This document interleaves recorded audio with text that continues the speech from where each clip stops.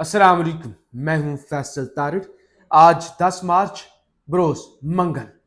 आज Islamabad high court में खान को अडियाला जेल से अस्पताल मुंतकिल करने वाला केस लगा हुआ था और पूरे मुल्क की पूरी पीटीआई की नजरें इस्लामाबाद हाई कोर्ट पर थी कि क्या आज खान को अडियाला जेल से निकाल कर अस्पताल मुंतकिल करने का ऑर्डर दिया जाता है या नहीं दिया जाता।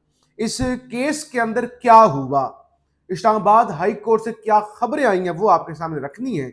और खास तौर पे आज मंगल का दिन, मुलाकातों का दिन होता है। अलीमा खान धरना देती हैं, रमजान के बावजूद धरना दिया जाता है, फिर वहीं पर अफ्तारी भी की जाती है। और फिर मुल्क की सियासत में क्या हो रहा है, जर्नैलों के हवाले से क्या खबरें आ रही हैं, वो भी आपके सामने रखनी है। सबसे अहम मौजू बल्कि इस वक्त पूरी दुनिया के अंदर सुपर पावर से लेकर यूरोप, यूरोप से मिडल ईस्ट, हर जगह ईरान जंग कहां पर पहुंची है। अगर से रात को जो डोनाल्ड ट्रंप ने पूरी बदमाशी वाली प्रेस कॉन्फ्रेंस की ना, कि खत्म कर दिया जी हमने, ईरान का तो नाम ही नहीं बचा हुआ। ईरान के अंदर तो ना फजाइया बची हुई है, ना नेवी बची हुई है, हमने जो है वो दर्जनों उनकी विसल्स तबाह कर दी हैं, तो कुछ भी नहीं उनके हाथ बचा हुआ। बस हमने पूरी दुनिया को ईरान से आजादी दिलवा दी है। लेकिन अब ईरान की जानब से क्या सरप्राइज आया है और ईरानी किस तरह से खड़े हुए हैं और उल्टा उन्होंने किस तरह से लटकाया है डोनाल्ड ट्रंप को, इस सवाल से भी इस वीलॉग के अंदर हमने बात करनी है। आपसे गुजारिश है, इस यूट्यूब चैनल को जरूर सब्सक्राइब करें, वीडियो को लाइक करें, शेयर करें और फीडबैक जरूर दिया करें। देखिए, सबसे पहले सबसे अहम और बड़ी चीज, पाकिस्तान के अंदर कैदी नंबर 804 जेल में पिछले तकरीबन अब 3 सालों से पीटीआई की अपनी लड़ाइयां, खान जेल में, आंख कभी खबरें चलती हैं कि 2 दफा अस्पताल में लाया जा चुका है, 2 या 3 दफा डॉक्टर जेल में भी जा चुके हैं। आंख जाया होने की, इलाज की, डॉक्टर तक की रसाई नहीं दी जाती, फैमिली तक की रसाई नहीं दी जाती। और अब जो है वो आज इस्लामाबाद हाई कोर्ट में ये केस लगा हुआ था, खान को अडियाला से निकालकर अस्पताल मुंतकिल किया जाए। और इसी तरह की दरखास्तें पहले सुप्रीम कोर्ट में जमा करवाई गई थी और सुप्रीम कोर्ट ने कहा नहीं जी, वो हमारा दायरा इख्तियार नहीं है, अपील हमारे पास नहीं है, वो हाई कोर्ट के पास है, आप उधर जाएं। अब आज उधर गए और बड़े पैमाने पे, यानी वकला जो आईएलएफ के वकील है वो भी पहुंचे हुए थे, पीटीआई के रहनुमा भी पहुंचे हुए थे। और कमरा अदालत के अंदर, यानी ये जो डिवीजन बेंच समाप्त कर रहा था, पांव रखने की जगह नहीं थी। इतने वकला, रहनुमा, सहाफी इतनी बड़ी तादाद के अंदर पहुंचे हुए थे। और जाहिर है फिर अदालत के बाहर तो सिक्योरिटी के इंतजाम, पुलिस, और वैसे भी आज इस्लामाबाद के अंदर रास्ते बंद है। इस्लामाबाद हाई कोर्ट तक पहुंचने के लिए भी तमाम रास्ते बंद है, सिर्फ एक रास्ता खुला हुआ है, वहां पर भी छांटी करके लोगों को आगे आगे जाने दिया जाता है। एक तो योम अली की मुनासबत से इस्लामाबाद में तकरीबन जो रेड जोन और उसके करीब इलाके, तमाम सड़कें बंद है, मुकम्मल तौर पर बंद है। और ये पिछले 2 दिनों से ही बंद होना शुरू हो गई थी।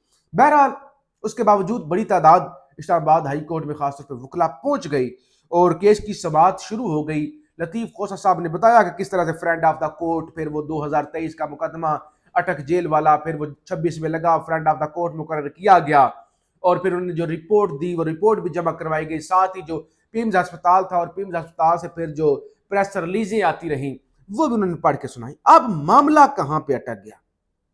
मामला यहां पे अटक गया, अदालत आज ही जराये के मुताबिक, यानी जराये क्या, रिपोर्टर्स के मुताबिक, जो रिपोर्ट करने वाले हैं, उन्होंने कहा, उन्होंने खोसा साहब से पूछा कि जेल रूल्स बताएं।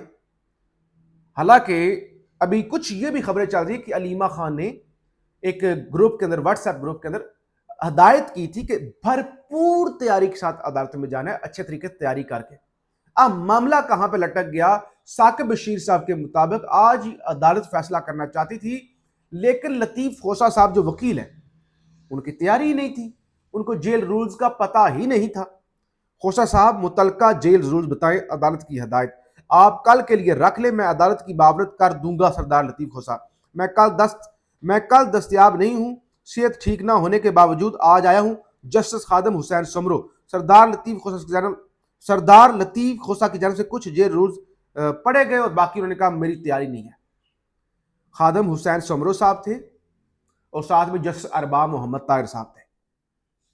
तो समरो साहब ने कहा कि मैं आ गया हूं, तबीयत मेरी खराब है, कल भी मतलब अभी भी ठीक नहीं हूं, तो कल भी मैं दस्तयाब नहीं हूंगा। तो बहरहाल परसों पर अब ये मामला टिक गया है। अगर आज कुछ ना कुछ यानी हो सकता है खान को फैसला दे दिया जाता कि अस्पताल मुंतकिल किया जाए, हो सकता है ना दिया जाता, कोई फर्दर डेवलपमेंट हो जाती।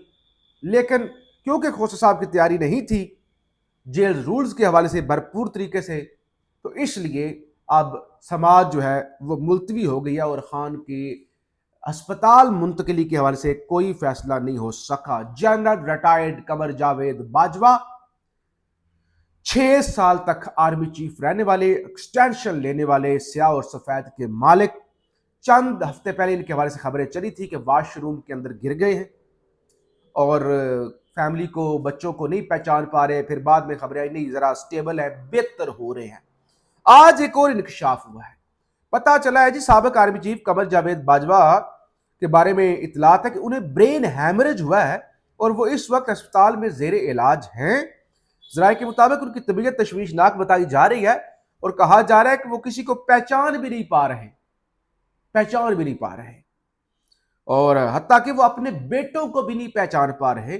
और अभी तक भी जो उनकी हालत है ना, वो खतरे से बाहर नहीं है। तो ये जनरल बाजवा साहब का हाल है कि पहले वॉशरूम में गिरने की खबरें आई थी, अब खबर है कि वॉशरूम में गिर गए तब उन्हें ब्रेन हैमरेज हो गया था। बहरहाल अब 12 तारीख को यानी परसों फिर अलकादर ट्रस्ट केस भी खान का और फिर तोशाखाना 2 की यानी वो केसेस भी करीब आ रहे हैं। तो हम कोशिश करेंगे कि आने वाले दिनों में आपको भरपूर और ग्राउंड से, आज क्योंकि रास्ते बंद थे इस्लामाबाद के अंदर, सिक्योरिटी की सूरत हाल ये तालिबान के साथ जंग की वजह से भी ज्यादा चीजें सख्त हैं, तो इस हवाले से आपको रिपोर्ट करते रहेंगे। लेकिन अब जो ईरान वाला मामला है, एक तो पाकिस्तान में जेट फ्यूल भी महंगा हो गया है ना। जेट फ्यूल की कीमत 188 रुपए 93 पैसे फी लीटर बढ़ी है, फी लीटर। इतना बड़ा इजाफा हुआ है जेट फ्यूल के अंदर और इस वक्त 342 रुपए 32 पैसे फी लीटर तक पहुंच गया है। जेट ये जो जहाजों के अंदर तेल पड़ता है ना, तो तकरीबन अब 20 से 30% तक जो एयर टिकट्स हैं, जहाजों की टिकट, वो भी महंगी होने जा रही हैं। शमाली कोरिया जनाब, वो जो बड़ी एक अजीबोगरीब मुल्क है और कोई पंगा नहीं लेता शमाली कोरिया के साथ, आपको पता है, वो उसने ईरान के साथ खड़ा होने का ऐलान कर दिया और साथ ही कहा कि अगर ईरान को हमारे मिसाइल चाहिए, ड्रोन चाहिए या किसी तरह की मदद चाहिए तो हम मदद फराहम करने के लिए तैयार हैं। अच्छा जी, डोनाल्ड ट्रंप ने बढ़ के मारी, उन्होंने कहा क्यों नहीं स्ट्रेट ऑफ हॉर्मुज को आप अबूर करते, क्यों नहीं पार करते, हमने तबाह कर दिया यार, हमने ईरान को तबाह कर दिया। ना उनके पास फजाइया बची हुई है, ना लीडरशिप बची हुई है, ना उनके पास नेवी बची हुई है। और हमें पता था तेल की कीमतों के अंदर इजाफा होना है, हम तेल की कीमतें कम करने के लिए इकदाम कर रहे हैं। तेल की कीमतें इस वक्त मसनूई तरीके से बढ़ गई हैं। मुझे पता था कार्रवाई करूंगा तो तेल की कीमतें बढ़ जाएंगी। ईरान के पास एटम बम होता तो आज की प्रेस कॉन्फ्रेंस से पहले इस्तेमाल कर चुका होता। ईरान में ऐसी तबाही करेंगे वो कभी फिर उबर नहीं सकेगा। बड़ी धमकियां दी जी डोनाल्ड ट्रंप ने, उन्होंने कहा बस जंग जल्द खत्म हो जाएगी, बस एक हफ्ते में नहीं लेकिन जल्द खत्म हो जाएगी।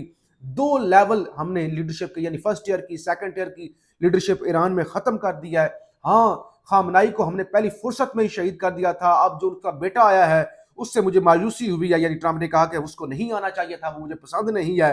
तो ये सारी बातें यानी बड़ी फिरौनों वाली बातें आज जो है वो ट्रंप ने अपनी प्रेस कॉन्फ्रेंस के अंदर की। लेकिन लेकिन लेकिन एक तो तस्नीम न्यूज एजेंसी जो है उसने तस्दीक कर दिया कि रैबर, जो नए रैबर आए हैं ईरान के, उन्होंने अपनी निगरानी के अंदर जो है वो जंग मॉनिटर करना भी शुरू कर दिया और हमले करना भी शुरू कर दिया। दूसरे नंबर पे बजाय इसके कि ये जो ट्रंप ने बढ़ के मारी और ईरान इससे डर जाता, या वो स्ट्रेट ऑफ हॉर्मुज जो दावा किया ट्रंप ने कि कोई मसला ही नहीं है, वहां पे हमने 50 के करीब उनके बैरी बेड़े जो हैं वो डबो दिए हैं। ईरान ने क्या ऐलान किया है? ईरान ने कहा है कि वो दुनिया के तमाम ममालिक जिनका तेल बंद है और उनका तेल स्टेट ऑफ हुर्मुज से, अबराए हुर्मुज से गुजरता है, और वो चाहते हैं कि उनका तेल जो है वो उन तक पहुंचे, दुनिया तक पहुंचे या उन तक पहुंचे, सिर्फ एक काम करें, अगर उन्होंने इसराइल को तस्लीम किया हुआ है तो इसराइली सफीर को निकाल दें।